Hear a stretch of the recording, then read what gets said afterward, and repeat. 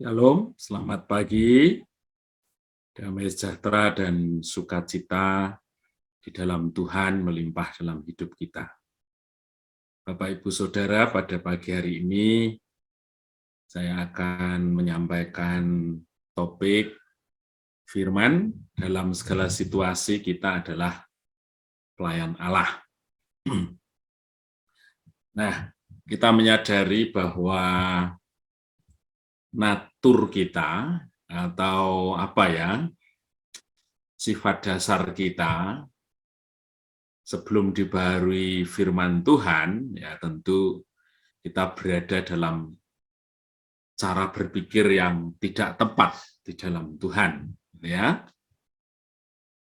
Nah, kita juga melihat bahwa ketika kita mengikut Tuhan, sebelum masa pemulihan pikiran kita berpendapat bahwa orang tertarik dari dalam hidup kita itu melalui keberhasilan, kesuksesan, dan lain sebagainya. Sehingga dalam pelayanan kita juga seringkali mempromosikan bahwa Tuhan menawarkan hal-hal itu yang sesungguhnya semua orang karena kodrat dosanya ya tertarik akan hal itu. Dan kita di sesuatu yang merepotkan ketika dalam pelayanan pada akhirnya orang hanya berkiblat pada nilai-nilai yang duniawi sebagai ukuran mengikut Tuhan. Ya. Bahkan dalam doa ini kita juga sering mendengar satu doa, Tuhan berkati kami, buat kami berhasil, buat kami sukses, sehingga melalui ini orang banyak dibawa kepada Kristus. Nah, apakah demikian bahwa dunia ini sungguh-sungguh kagum dengan kesuksesan dan bagaimana cara kita menikmati kesuksesan itu? Karena sesungguhnya banyak orang di luar Kristus yang hidupnya jauh lebih sukses, lebih hebat dari ukuran-ukuran itu. Nah, kita membiarkan firman Tuhan mengkoreksi ini sehingga meluruskan panggilan kita sebagai orang percaya, sehingga sungguh-sungguh kita bisa memuliakan Tuhan. Ya. Kalau kita lihat di 2 Korintus 6 ayat 4, ya, firman Tuhan itu berkata demikian. Sebaliknya, dalam segala hal kami menunjukkan, ya, ada kata sebaliknya, artinya ini sesuatu yang tidak lazim, ya, di mana orang melawan arus. Ya, firman Tuhan berkata, dalam segala hal kami menunjukkan bahwa kami adalah pelayan Allah, yaitu dalam menahan dengan penuh kesabaran dalam penderitaan, kesesakan, dan kesukaran. Ya. Nah, jadi dari firman tersebut sesungguhnya membuka paradigma kita dalam melayani Tuhan, dalam mengikut Tuhan, ya, bahwa cara pandang kita itu adalah cara pandang yang melawan arus. Dari cara pandang dunia ini yang mengagumi, ya, pada umumnya yang kagum terhadap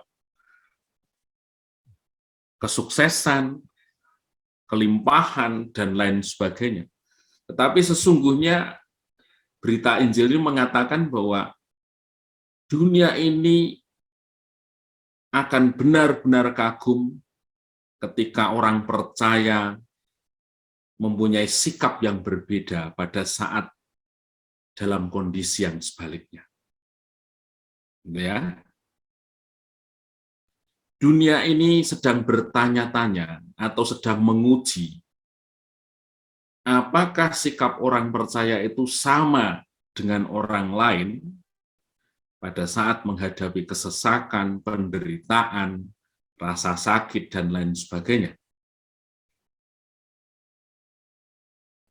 Nah, kita memang memiliki rasa sakit sama dengan orang-orang yang tidak percaya Kristus. Tetapi kita memiliki sumber penghiburan yang berbeda. Dan Tuhan mau sumber penghiburan ini yang sungguh-sungguh menghidupi kehidupan orang percaya. Ya.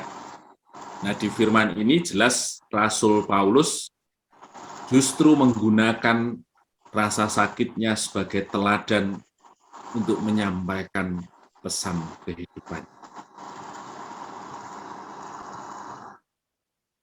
Pada akhirnya, Bapak Ibu Saudara, firman ini berkata bahwa dalam hidup ini, ya, siapapun juga, saya, saudara, Rasul Paulus, siapapun juga, pasti ada satu masa di mana rasa sakit itu Tuhan izinkan.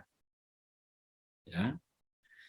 Pada saat kita kehilangan orang-orang yang kita kasihi, katanya. Firman Tuhan menasihati, jangan kamu bersedih seperti orang lain yang melihat kematian adalah satu bencana. Itu menunjukkan satu sikap yang berbeda.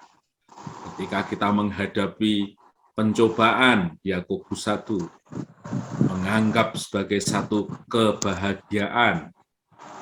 Itu merupakan satu sikap extraordinary, satu sikap yang sungguh-sungguh berbeda ketika menghadapi rasa sakit.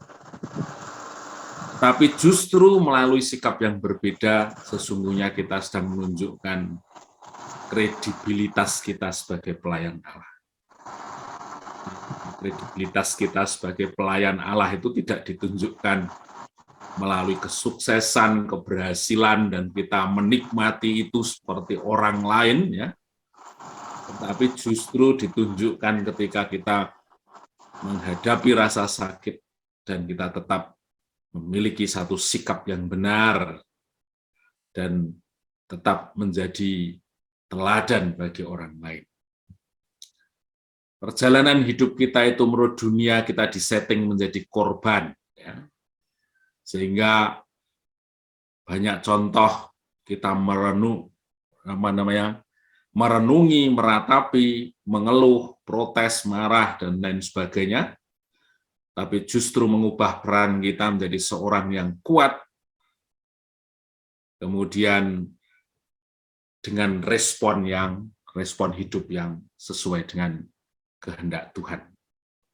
Pada akhirnya kita dilayakkan menjadi seorang penolong bagi orang-orang yang sedang mengalami kesesakan, untuk bangkit dan menjadi kuat karena dipertemukan dengan sumber penghibur sejati. Nah, demikian firman Tuhan di pagi hari ini. Biarkan itu memotivasi kita untuk mengambil satu sikap dan tindakan yang berbeda, yang sungguh-sungguh firman Tuhan ini menyatakan itu sebagai kredibilitas kita sebagai orang percaya. Terpujilah nama Tuhan, mari kita berdoa.